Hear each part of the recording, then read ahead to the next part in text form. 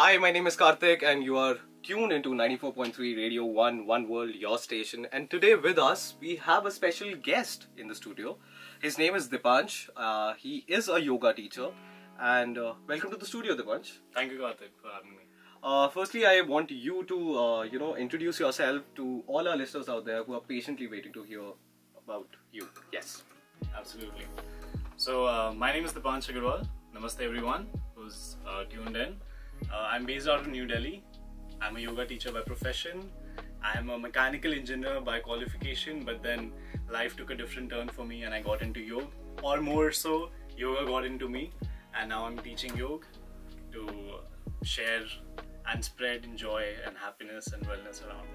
That's really great, Deepansh. And when you said that, life took a turn when you were a mechanical engineer, later you went into yoga. Yeah. I started off my career as a paramedic. I used to work in a government hospital. Wow. And then later I switched my profession to mass media and journalism. Became a desk journalist and later I'm in the radio. So amazing. Obviously, yes, life takes a big turn and I'm really glad that you are here at our station. So the first question that I really want you to answer is, why do you think yoga is better than gymming? So, I've had my experience with gym, but I think I found my true calling in yoga. Firstly, for everyone out there, it's not yoga because it's the Western bastardized version. In Indian tradition, we call it yoga. So I would request everyone to go ahead with this terminology. Okay. So I personally feel that when we go to a gym, it's more about getting a workout. But when we get on a mat for yoga, it's about getting a work in. It's about going inside and working on yourself. Well, so there's a lot of exploration that happens. Yes. You get into your own dimensions of being, and it's just not physical. As one might see in a gym that you're getting more reps and more sets to get that chiseled abs and get those biceps. But in yoga, it goes more beyond the physical. The physical is just the starting point. And there are many dimensions and layers of our being, and quickly and gradually we go through them and try to get to our innermost self. So that's the whole process. That's the journey. Well, now that you have corrected us by saying that it's not yoga and it's a bastardized version from the West, it should be addressed as yoga. Absolutely. So my second question is going to be a little grammatically correct now, according to you. So I'm going to start with, do you think yoga has helped you in achieving your life goals? Absolutely. Yoga came back to my life when I was in a really dark place. I was pursuing my mechanical engineering against my wishes because my parents really wanted me to become an engineer, and midway through I realized that this is not my cup of tea. I can't be doing this for the rest of my life. So I was struggling mentally, emotionally. I was out of shape. I was overweight by 20 kilos.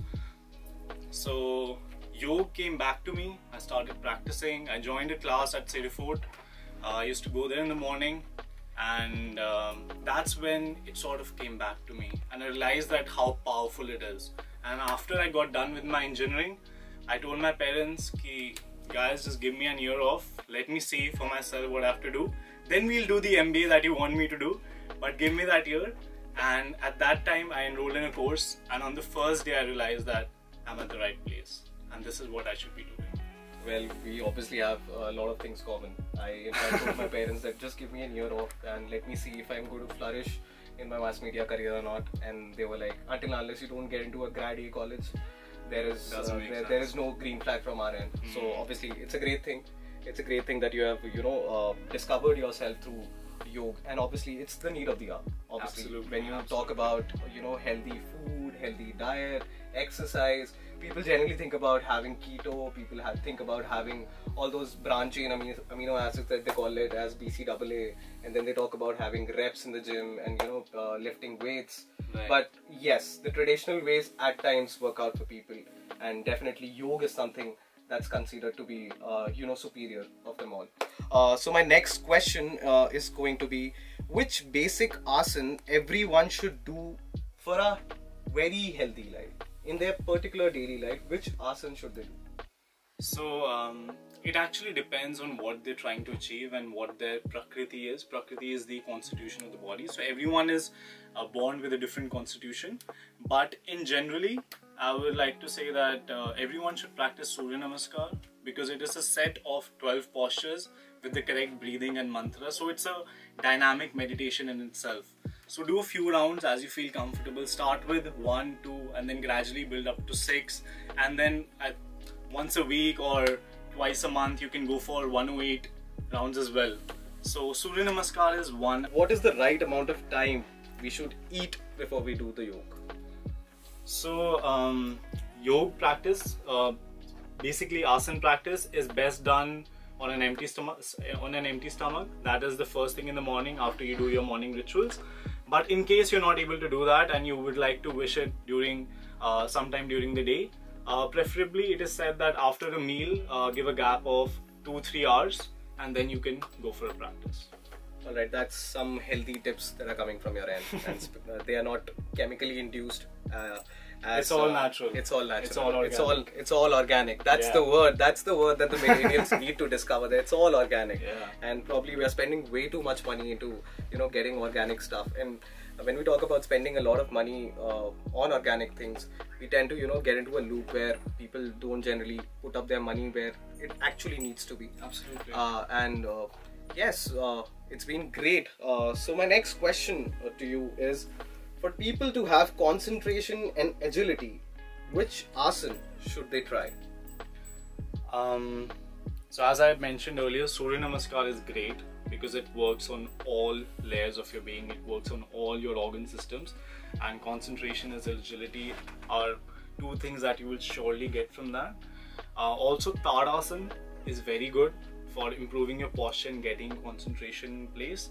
And agility, you can go for dynamic vinyasa flows. You can practice the Ashtanga primary series. That will be also really helpful.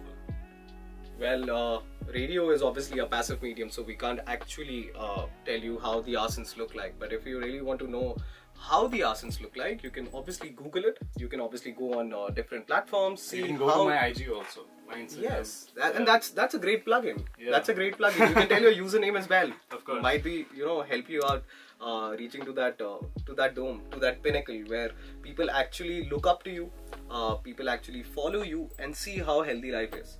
I think the idea main is not to get more followers or to have people look up to you. It's more about sharing that message, because yoga comes from us. Yeah. It's our tradition, our roots. Yeah. And I think it's high time that we embrace it back again, claim what is ours and practice it. And we can see that shift in our consciousness in our everyday life and elevate to the next level. So that is more important, to spread the light, to spread the joy. Well, we obviously live in a world of 30-second, 60-second and 90-second reel. Absolutely. Right? So everyone actually looks out for followers on when you call it on social media, be it Facebook, be it Instagram, or be it their YouTube subscribers as well. But sharing knowledge is something that a person does out of their comfort zone. They don't care about the fact that they are going to get famous or they are going to hit that top where people are going to look up to you. But that's definitely the con of the hour. My next question to you is, 1 hour of yoga burns how many calories? So personally, I've never measured, because that has never been my goal, to see how many calories that I'm burning. It actually depends from different person to person and what form of yoga you're practicing. So yoga is also very diverse in a way, and it can cater to what you're looking for. You can have a very hot and steamy vinyasa session or a hot yoga session, and also you can have a very good slow flow therapeutic, a practice that can help you induce more sleep and relax yourself. So it's very diverse and there's no one finger to it. A lot of questions have been asked to you about which asana one should do, which asana actually helps you regulate your body functions. But like I said, like I introduced you, in fact, where does your passion for yoga, I'll correct myself, where does your passion for yoga stepped in? So yoga was introduced to me when I was a kid. My grandparents were avid practitioners, especially my grandfather. He was really into that natural way of living. He followed naturopathy, Ayurveda. He was a yoga practitioner as well. So he used to take me for yoga classes when I was a wee kid during my summer vacations, and I used to really hate it back then. Who wants to wake up so early at 6 in the morning and practice something that is, you meant to practice when you're 60 or 70 years old.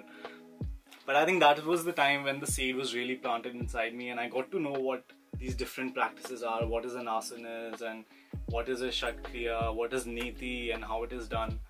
But it sort of went away. I got busy with other sports. I started playing tennis and football.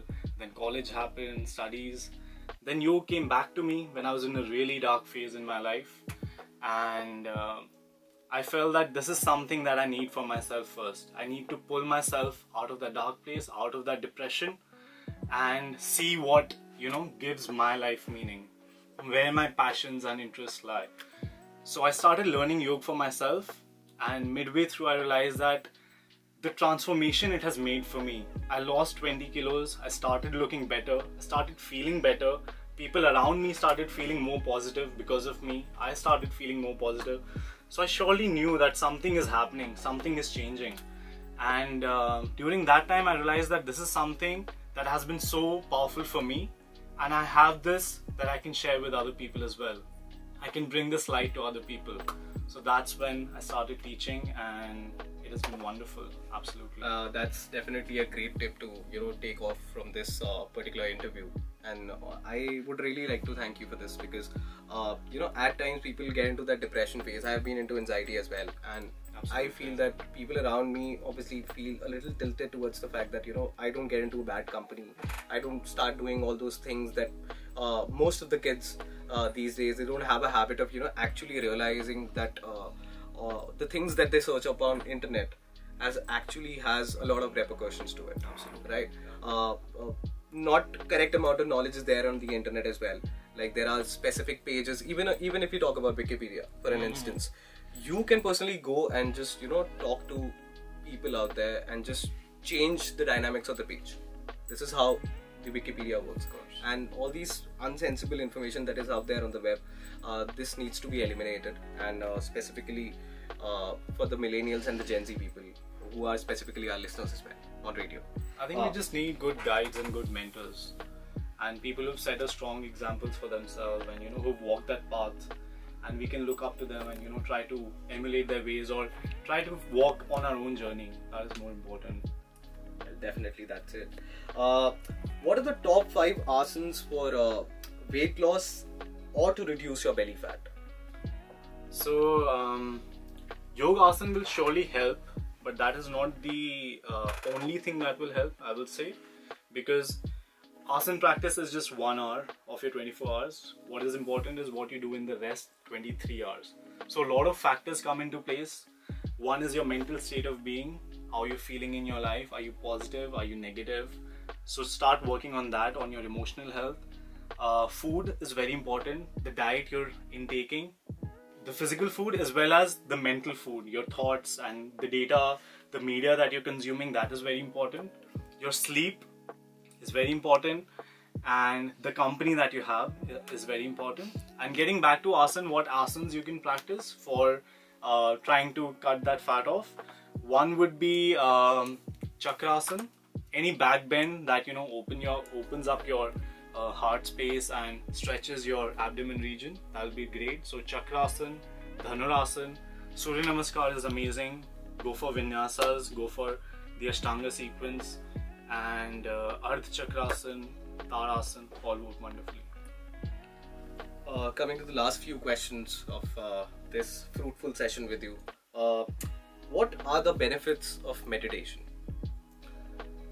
So meditation is a very wholesome process, and that is something that happens by itself.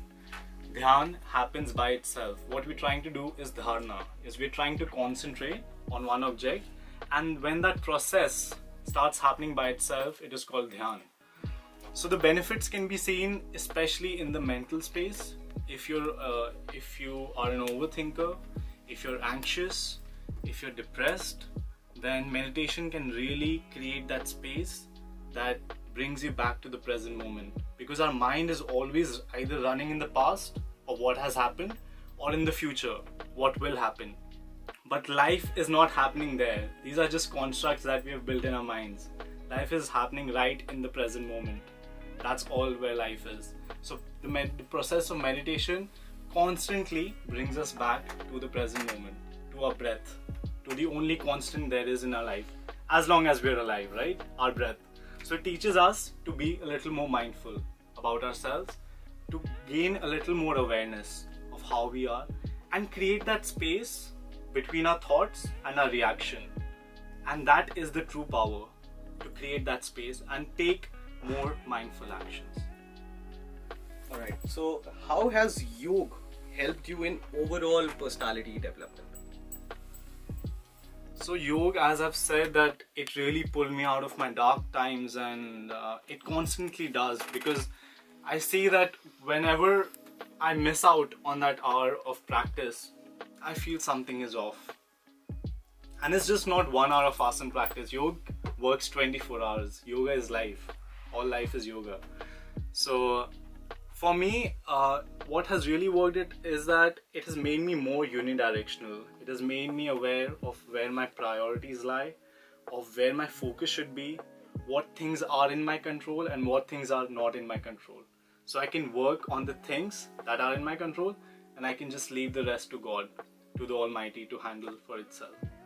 So it has made me a little more in my lane. It has got my blinkers on in a way, but also helped me gain more awareness about myself and how I'm working in the society and how I can bring a more positive impact.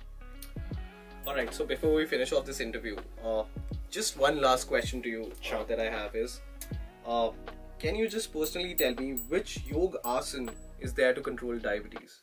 Because we have parents at our place, we have elders at our place, and people out there at this point of time are dealing with type 1 and type 2 type of diabetes, and that's basically just not dependent on just insulin.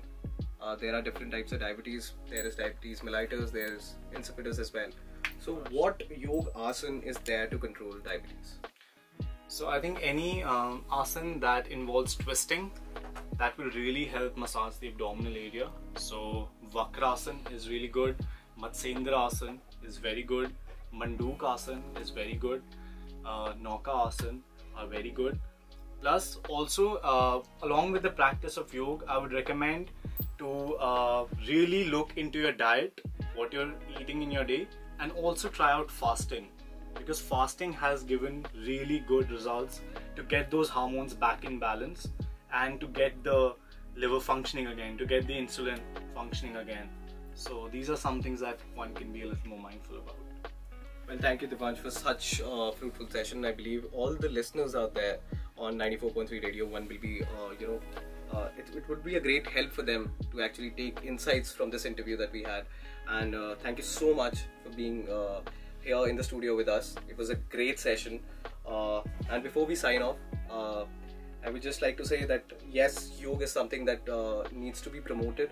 Not just by doing camps, or not just, there should be a particular subject out there in academically, in schools, in colleges, where people can actually go out there, study it as a subject, because this is the need of the hour.